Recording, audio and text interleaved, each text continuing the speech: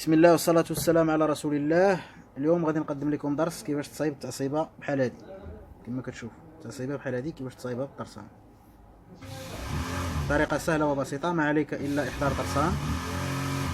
طرسان بحال هذا مبروم، بحال هذا طرسان كما كتشوف،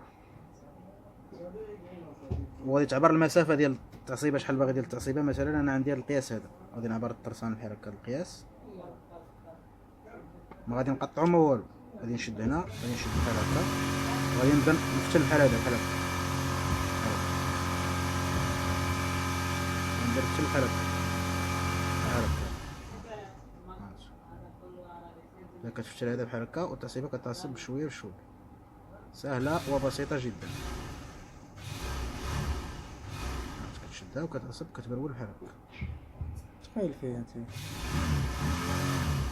يتقرب شوية.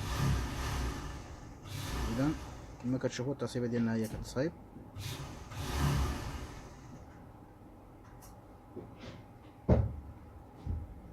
كنتمنى الا كنتي عجباتك هاد الفكرة واستحسنتيها دير جيم الفيديو.